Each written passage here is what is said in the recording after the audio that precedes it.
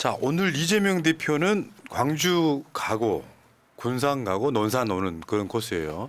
광주 선대위가 출범해서 거기서 선대위 출범식을 했고요. 그리고 이제 광주에서 광주 북구에 가면은 전남대 후문이 있어요. 거기를 갔어요. 근데 5.18 이제 묘지도 갔고요. 이런 게 있더라고. 광주 사람들은 이재명 대표 굉장히 좋아합니다. 그러니까 전라도 사람이라고 생각해. 원래. 근데 여기서 이제 이재명 대표가 한 말이 쌍특검 1국조 총선 전에 처리하겠다. 사실 현실적으로 좀 어려운데 총선이 끝나고 나면 4월 10일 끝나고 나면 5월 말 정도까지는 21대 국회입니다. 그거 하겠다는 거예요. 요거는 저건 뭐냐면은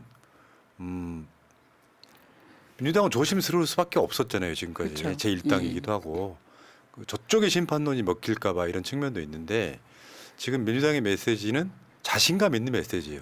이제 세게 메시지를 내도 되는구나 라고 이재명 대표가 제일 앞장서 있죠. 지금 세게 메시지 내는 거는 뭐 박근혜 탄핵 정도는 가볍게 아무래도 이제 현장을 다니시다 보니까 현장의 민심을 피부로 느끼지 않겠습니까? 그러니까 정권 심판에 대한 이런 메시지, 전선을 좀 더 확실히 하게 되는 것 같아서, 그리고 우리가 원래 알고 있었던, 또 원했던 그 이재명 대표의 모습을 보여주고 있는 것 같아서 지지자로서 되게 신명납니다.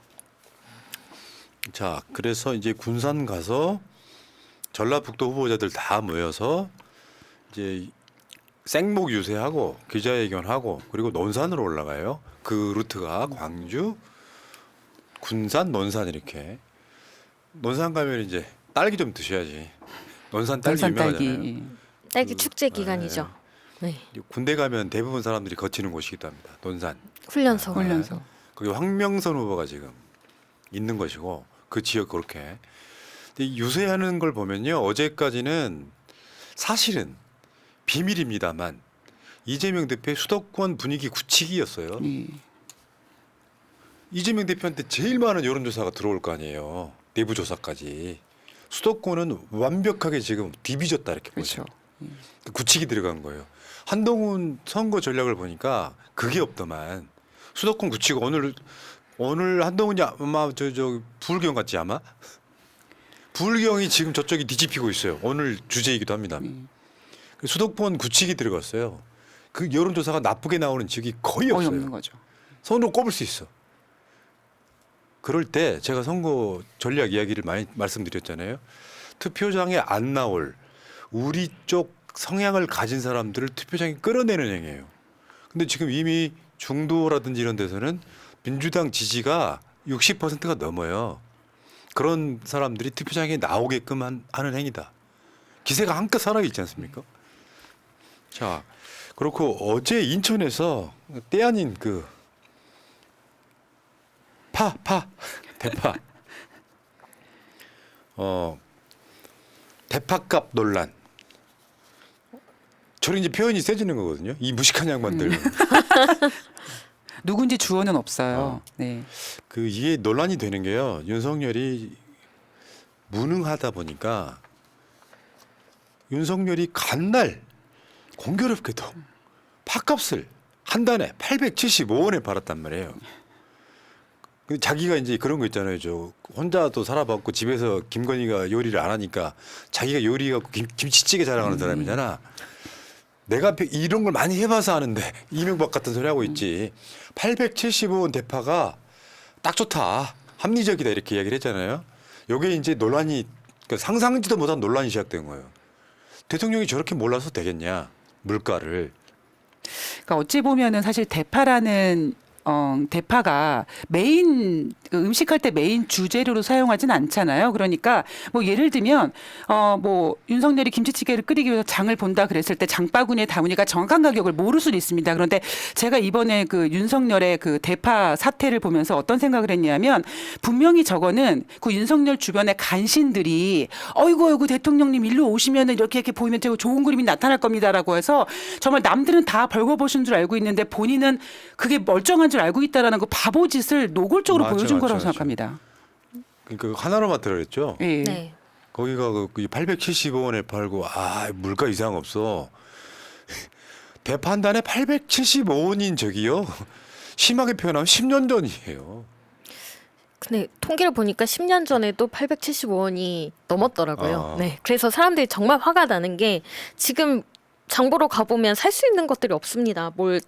대파는 모든 음식에 거의 다 들어가는데 대파 하나 사려고 해도 2,760원도 굉장히 싼 거예요. 무슨 4,000원대, 3,000원대 아직도 이런 수준인데 거기에다 대고 875원이 합리적이다. 이게 마치 통용되고 있는 것처럼 얘기를 하니까 모든 사람들이 지금 분노를 하고 있는 거죠. 어제 이제 그 인천 갔을 때 저 남영희 후보가 파 한 단을 들고 와서 저게 화제가 됐는데 얼마 전까지 사과값 여기 있었잖아요. 그렇죠. 근데 이게 핵심을 몰라서 그러는 거야. 저렇게 무식한 사람은. 이 무식한 장관들아 이게 하는 이유가 저렇게 비쌀 수가 없는 것이 뭐냐면 정부는 뭘 해야 되냐면 유통 구조를 바꿔내는 역할을 해야 돼. 그러니까 이 사람들 실드는 그거 아니에요. 작년에 사과 농사가 잘 안 됐기 때문에 사과가 좀 그랬더니 내놓은 대책이라고 하는 것은 일본 후쿠시마산 사과 수입하겠다 이런 수입하겠다. 거거든요. 유통 구조를 바꾸면 훨씬 싸게 팔 수 있잖아요. 그 노력을 해야지 875원짜리 대파 한 단이 합리적인 가격이라고 말하고 있으면 됩니까 이게. 이게 말도 안 되는 짓들을 하고 있는 거지 지금. 지금 가장 피해를 보고 있는 곳이 하나로마트라고 합니다. 왜냐하면 그날 875원에 팔았는데 혹시 윤석열이 와서 875원에 판 게 아니냐라는 의혹을 받을까봐 그 행사를 계속한다고 합니다. 지금 하나로마트는 윤석열 때문에 적자를 안고 가게 생겼어요. 참 원래 이제 그런 게 뭐냐면 미끼 상품이거든요. 그런 마트 가면은 손해 보고 팔아도 되는 종목이 있기는 해요. 그렇죠. 나머지 쇼핑을 위해서 누가 대파 한 단만 사가 나가지는 않잖아요. 이 구조로 쓰이고 있긴 한데 저런 식으로 윤석열을 속이고 무식한 윤석열은 합리적이라고 하고 이러니까 대한민국이 못 살겠다 심판하자가 되는 거거든요. 그리고 어제 보면은 이제 이재명 대표가 지금 저기 과일 가게 앞에서 이렇게 서 있잖아요. 딸기도 있고 뭐 이렇게 종류가 여러 가지 있는데 실제로 그럼 저쪽에 약한 고리가 됐거든요.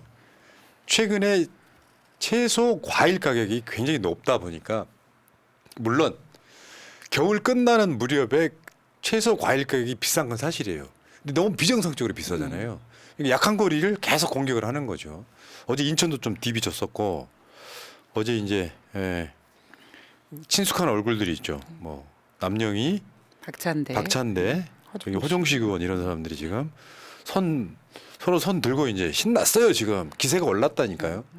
그러니까 다시 말씀드리지만 지지자분들은 뭐 누가 고개 쳐들지 말라 그러는데 고개 쳐드는 게 아니라 신나게 그쵸. 선거운동하면 이기는 거예요. 기세 싸움이니까.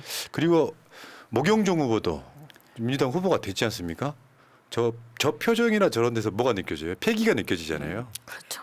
30대 패기. 근데 목영종 괜찮던데 대진표가 괜찮아. 저쪽이 이당 갔다 저당 갔다 한 옛날 사람이야. 여성 후보인데. 괜찮아요. 저 지역군 내가 봤을 때 목영종 국회의원 됩니다. 지금 목용종이 지금 상대편보다 한 20% 정도 넘게 앞서간다라는 그 여론조사가 있는데 그쪽 지역이 검단 지역이라고 해가지고 지금 새로운 아파트가 많이 들어와 있는 상태이기 때문에 정말 해볼 만한 정말 우리가 앞서갈 수 있는 그런 위치라고 생각합니다. 자 그리고 방송하는 오늘이 후보 등록 시작일이고 내일 끝나는 거예요.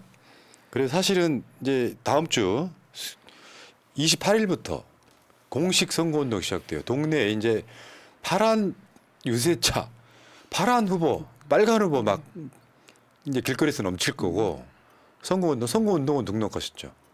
네. 자, 주요 일정 알려드릴게요. 내일까지 후보자 등록 신청하고요. 27일부터 4월 2일까지는 제외 투표합니다. 27일까지 선거 벽보를 제출하고요. 선관위 제출하는 거 후보자가. 다음에 28일 선거기간 개시일이고요. 공식 선거운동 시작되는 거고 29일 날은 선거 벽보를 첨부하고요. 선거 임명부가 확정돼요. 이 전까지 전입을 해야 돼요.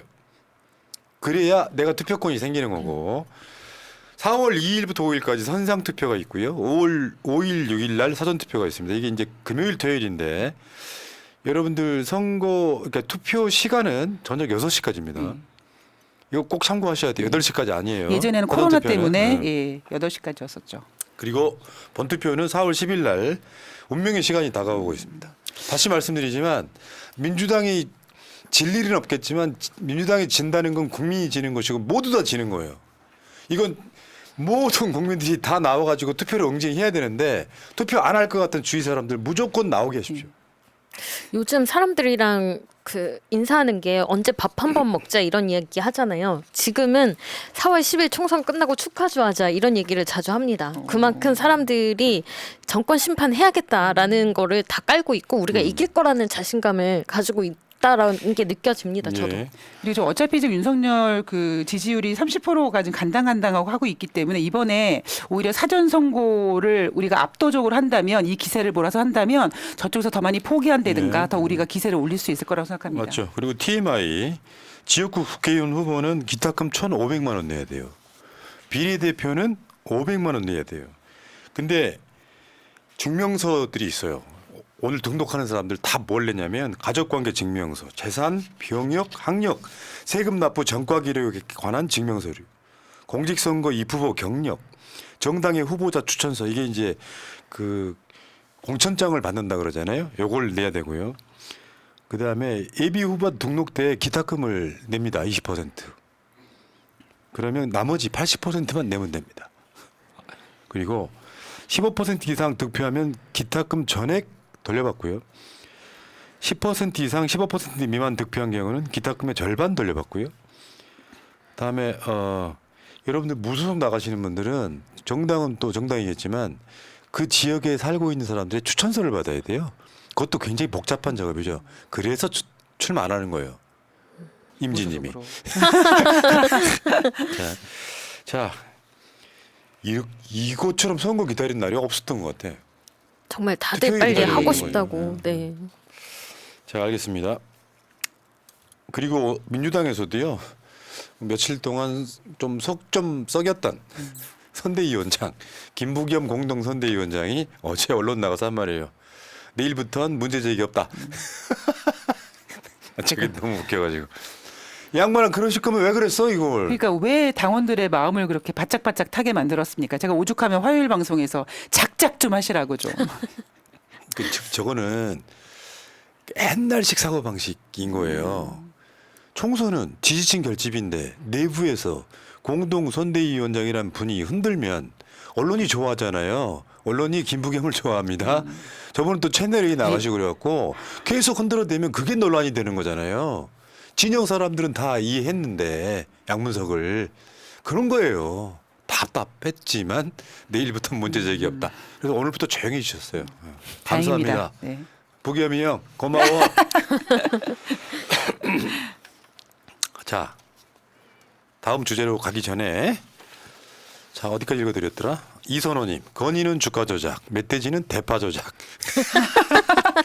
국민들 탄핵 불같은 일버만파. 오늘 또 난님, 제가 카톡을 일수짜 할 수 있는 메달로 바꿔놨는데 생전 전화도 잘 안 하는 지인이 전화 와서 너 혹시 민주당 지지하냐? 그래서 나 권리당원이다 했더니 반가워하면서 본인도 권리당원이라고 무척 반가워하더군요. 이 친구 5년 전만 해도 이직이었는데 크크크크크. 감사합니다. 오늘 도나님. 자, N 길버트님, 이재명 절대 지킵시다 하셨습니다. 지키는 게 별게 있겠어요? 투표 열심히 해가지고 이재명을 대통령으로. 우리들 목표가 똑같은 거 아니에요? 그렇죠. 이재명을 대통령으로. 그래서 윤석열과 다른 정치 한번 보고 싶다. 그리고 좀 여기까지. 오랫동안.